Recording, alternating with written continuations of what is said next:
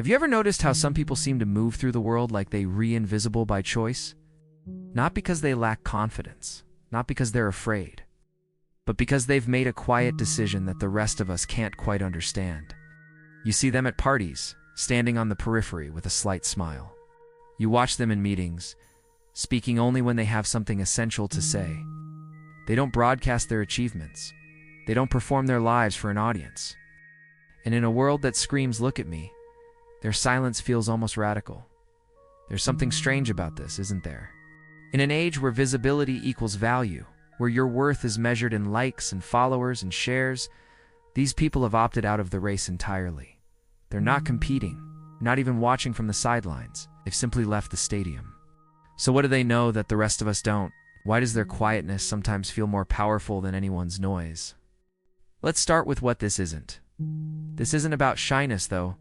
People will mistake it for that. Shy people want attention but fear it. These people simply don't need it.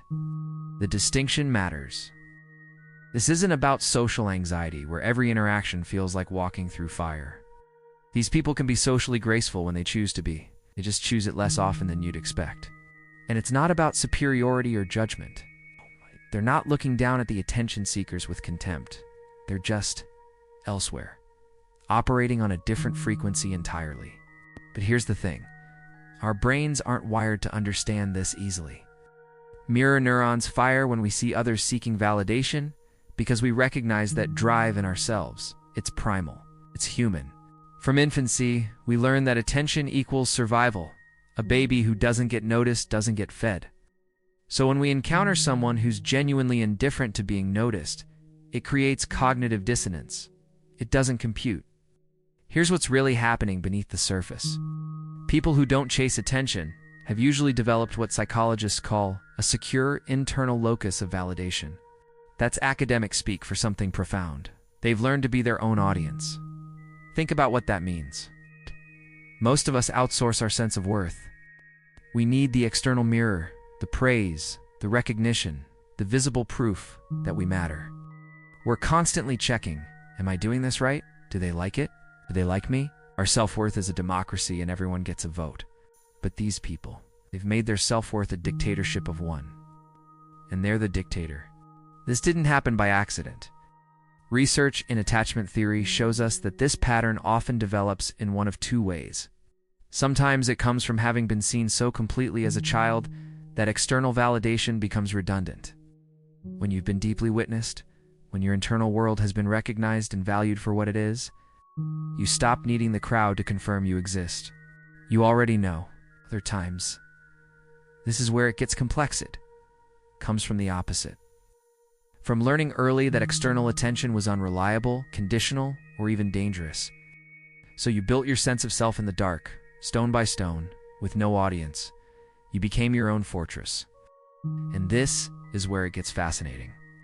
The people who don't chase attention often receive it anyway. Not always, but often enough to notice the pattern. There's a gravitational pull to self-sufficiency. When you're not performing, people wonder what you're thinking. When you're not broadcasting, they lean in to hear. Silence is not emptiness. It's control. And control, even quiet control, is magnetic. But here's the paradox. They don't want the attention they attract. It almost annoys them.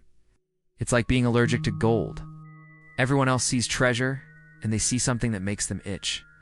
You'll see them deflect praise with surgical precision. You'll watch them redirect conversations away from themselves with such skill, you barely notice it's happening. They're magicians, but instead of pulling rabbits from hats, they're making their own presence disappear while standing right in front of you. Why? Because for them, being seen comes with a cost that others don't calculate. The psychology behind this runs deeper than comfort zones and personality types. For people who don't chase attention, visibility feels like exposure. It's not in the social anxiety sense, not everyone's judging me. Something else, something more visceral. It's the sense that being truly seen means being misunderstood. That the version of you people will construct from limited data will be a caricature. And they'd rather be invisible than be a cartoon. There's wisdom in this, actually. Studies on public perception show that we're terrible at understanding each other. We fill in gaps with projections, create narratives that serve our needs, not truth. When you share yourself publicly, you lose control of the story. You become everyone's interpretation, and none of them are quite right. So these people protect themselves by revealing less. They'd rather be a mystery than a mistake. But the truth is, this comes with its own price. Here's what nobody talks about. Not needing attention doesn't mean not needing connection. And that's the knife's edge these people walk. Because in our world, attention and connection have become tragically entangled. We've confused being seen with being known. We think visibility equals intimacy. So when you opt out of one, people assume you're opting out of both. The person who doesn't chase attention often finds themselves in a strange kind of solitude. Not loneliness exactly, but a distance. They're surrounded by people who mistake their quietness for coldness, their self-sufficiency for arrogance, their contentment for judgment. They become the person others say they can't read. The one person feels slightly uncomfortable around because they're not performing the expected social theater. And slowly, invisibly, they become isolated not by choice, but by misunderstanding. And maybe some part of them wonders if they've traded one prison for another. If they refuse to perform for the crowd, they've locked themselves in a cell of their own making. But here's what's really true. Beneath all the psychology and the patterns and the costs, not chasing attention isn't about superiority. It's about sovereignty. It's about deciding that your inner life, your thoughts, your work, your quiet moments of existence doesn't need to be weaponized into content. That you can do something without documenting it. Feel something without sharing it. Be someone without proving it. In a world that treats privacy like hoarding and silence like suspicion, this is a radical act. These people have understood something essential, that attention is a currency. Yes, but like all currencies, you can choose not to participate in the economy. You can live outside the marketplace. You can barter with yourself. And this is where it gets beautiful. Because when you're not chasing attention, you get to direct your energy elsewhere. Inward. Toward mastery instead of performance. Toward depth instead of breadth. Toward becoming instead of seeming. The psychologist Mihaly Csikszentmihalyi wrote about flow states, those moments when you so absorbed in what you're redoing that self-consciousness disappears. People who don't chase attention live closer to flow. They're not watching themselves from the outside. They're in their lives, not in them. So if you're someone who doesn't chase attention, here's what I want you to know. You're not broken. You're not cold. You're not missing something everyone else has figured out. You've just solved a different equation. While others are solving for visibility, you're solving for authenticity. While others are optimizing for reach, you're optimizing for truth. Yes, it's lonely sometimes. Yes, people misunderstand you. Yes, the world is built for the loud and you're quiet. But your quietness is not a weakness. It's discernment.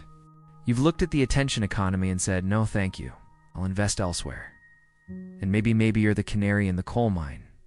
Maybe you're sensing something toxic that the rest of us are still breathing in. Maybe your refusal to perform is the sanest response to an insane expectation. Have you ever noticed how some people don't chase attention? They're not hiding. They're not afraid. They've just understood something the rest of us are still learning. That you can be whole without an audience. That you can matter without being seen. That the most powerful thing you can do in a world full of noise is to be quietly, completely, unapologetically yourself. Even if no one's watching. Especially if no one's watching. Because the truth is, some things are too precious to perform. Some versions of yourself are too real to broadcast. Some kinds of peace only exist in the spaces where attention can't reach. And maybe that's not just okay. And maybe that's the point.